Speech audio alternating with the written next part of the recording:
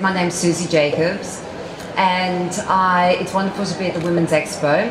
I am a mother, a daughter, a sister, recently a dog owner, but it's my capacity as business owner that I've been asked by Ask Her, they literally did ask me, to come along and speak today.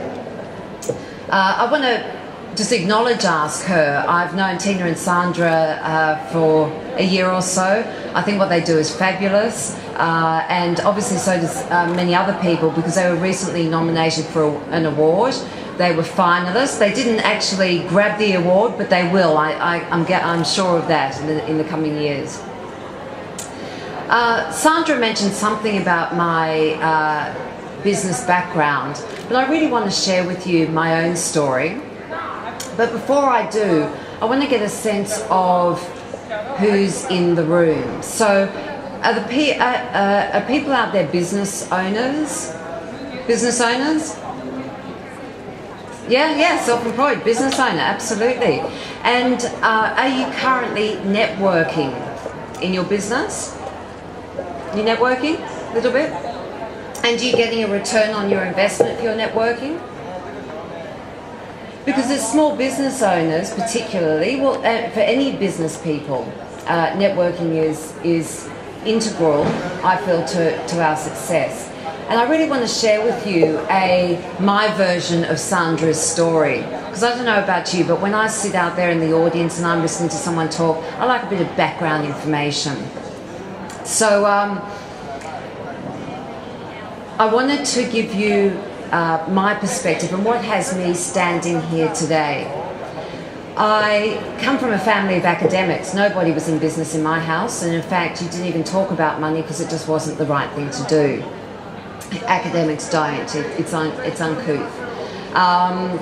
So I wasn't really ever given any access to the world of small business. I'd not done particularly well at school, and I was heading off to perhaps tackle some sort of degree at university when I met my husband. And I was relatively young and I didn't have any plans to get married, but marry we did. And at the time that we got married, he was a business owner. He had his own small business. He got there by accident. He actually trained as a sports person and a teacher. But due to a bad car accident, that particular path was no longer available to him. So he found himself in his family business. And I actually thought when I met him, this was quite exciting, a little bit edgy. I like this whole cash business and people sort of trading and doing this sort of stuff. And it was a little edgier and more exciting than I anticipated, because a week after returning from honeymoon, his business collapsed. We've been married for nearly 20 years, and we have had between us 3 or 4 businesses. They've been successful at various times for a while, but ultimately they have failed.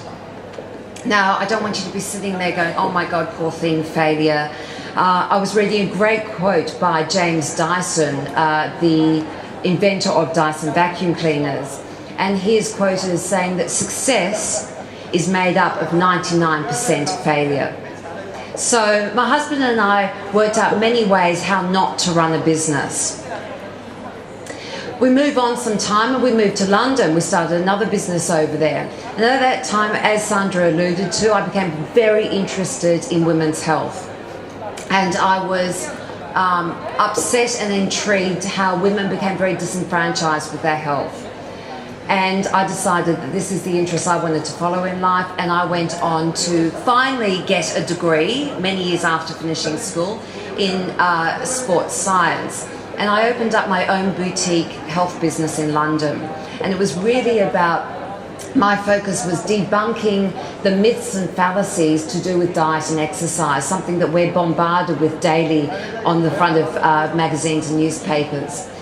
And one of my clients was a wonderful woman who invited me to go along to a networking group, which I'd never been involved with before. And I went along and I went to the Wimbledon Women in Business.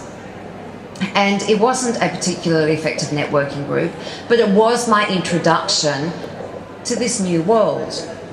And I was fascinated by it. And I joined many groups in London and became an active member of what is a very vibrant and dynamic community there. In hindsight, it gave me a chance to reflect on what had happened to the businesses that my husband and I had in the years previously.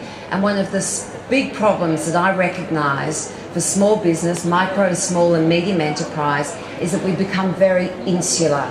It's always head down, bum up, we're getting on with the job, and we're so focused on our own business, we're not perhaps looking at what's possible outside. And not only in the way that we generate business for our businesses, but also the access to people who are doing really interesting, exciting stuff, have different skill set to us, but in being around those people, you then access them and you've got an ability to learn and to be inspired by other business people. I was so inspired by it that at that time I decided to return to Australia, and I looked for how I was going to run my business in Australia, and I knew through that networking that I had to create connections back in Australia. I started researching networking groups, couldn't find anything, and at one crazy 3 o'clock in the morning moment, I decided I knew what I was going to do.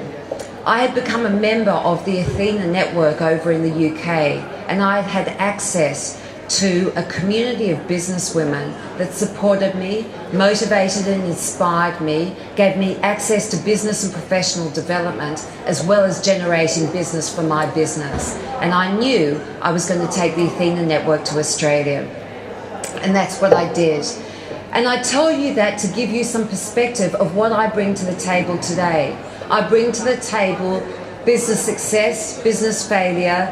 I bring a wealth of knowledge and experience on networking, and from having researched and participated in it, I wanted to share with you the mindset and the psychology behind successful networking. So, does anyone, when we talk about networking, we need to have a bit of a usable definition here. So does anyone want to volunteer one? Do we know what we're talking about? Okay, I'll give you one. It's a way of marketing your business. And it's certainly seen out there as a much more cost-effective way than the traditional modes of perhaps PR or advertising. But just because it's cost-effective, it is not free. And nor does it, but it does require huge investment. It requires investment of your time and your energy. So therefore it is not free.